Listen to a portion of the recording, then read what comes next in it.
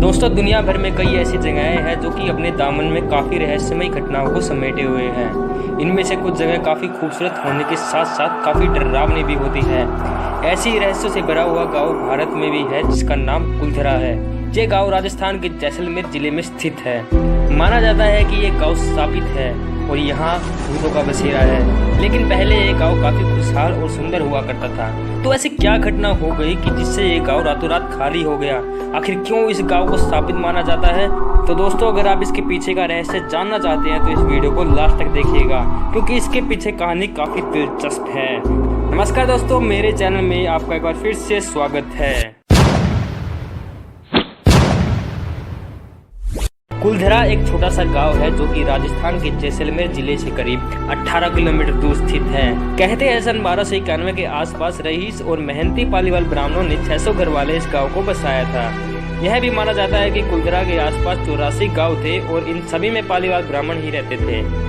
ये ब्राह्मण न सिर्फ मेहनती बल्कि वैज्ञानिक तौर पर विशेषज्ञ थे, क्योंकि कुलधरा के अवशेषों से यह स्पष्ट अंकित होता है कि कुलधरा के मकानों को वैज्ञानिक आधार पर बनाया गया था। ये आमतौर पर खेती और मवेशी पालन पर निर्भर करते थे और गांव के सभी लोग मिलजुल कर एक अच्छा जीवन और खुशहाल जीवन व्यतीत कर रहे थे। लेकिन फिर कुछ ऐसा हुआ जिससे कि ये हंसते खेलते 84 गांव के लोग अचानक बस एक ही रात में अपना घर, खेती, मकान सब कुछ छोड़कर जाने को मजबूर हो गए। कुलधरा गांव के वीरान होने को लेकर एक अजीबोगरीब रहस्य है। दरअसल कुलधरा की कहानी शुरू हुई थी आज से करीब सैकड़ों साल पहले, जब कुलधरा खंडर नहीं बल्कि आसपास के 84 गांव पालीवाल ब्राह्मणों से आबाद हुआ करता था। लेकिन फिर जैसे कुलधरा को किसी की बुरी नजर लग गई। वो शख्स था रियासत का दीवान सलीम सिंह।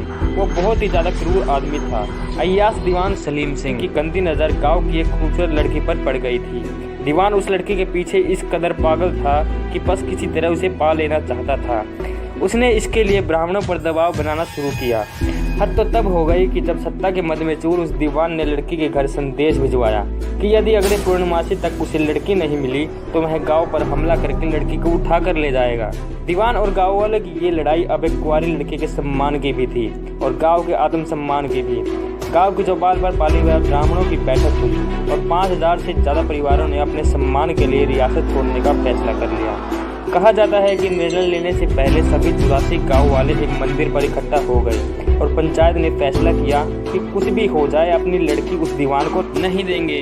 अगली शाम कुलधरा कुछ ऐसा वीरान हुआ कि वहां पर सन्नाटा बरस गया।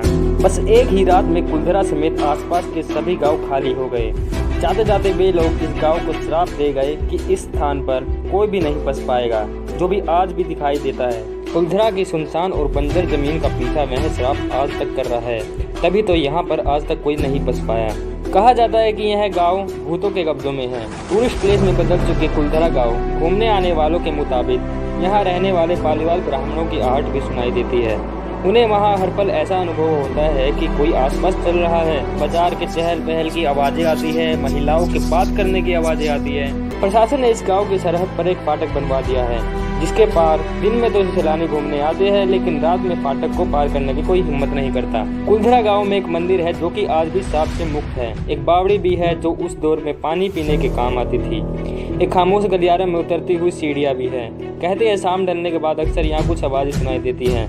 लोग मानते हैं कि वो आवाज वो दर्द है जिनसे पालीवाल ब्राह्मण गुजरे थे। आपको बता दें कि बदलते वक्त के साथ 82 गांव तो फिर से दोबारा बन गए, लेकिन 2 गांव कुलधरा और खांबा तमाम कोशिश के बाद भी नहीं आज तक आबाद हो पाए। दिन की रोशनी में सब कुछ इतिहास की किसी कहानी जैसा लगता है और कुलधरा बेहद ही ज्यादा खूबसूरत दिखाई देता है। लेकिन शाम ढलते साथ कुलधरा के दरवाजे बंद हो जाते हैं। इतिहासकारों के अनुसार पालीवाल ब्राह्मण बेहद ही ज्यादा अमीर थे। उनके पास सोने के बहुमूल्य आभूषण थे जिन्हें वह जमीन में गाड़ कर रखते थे। इसी वजह से जब यह गांव खाली हुआ तब सोने के लालच में कई लोग वहां पर आए और उन्होंने खुदाई की और साथ ही वे सोना लेकर वहां से चले गए। कुछ लोग मानते हैं कि यहाँ भूतों का साया है, तो कुछ लोग मानते हैं कि ये सब मनगढ़ंत कहानियां हैं।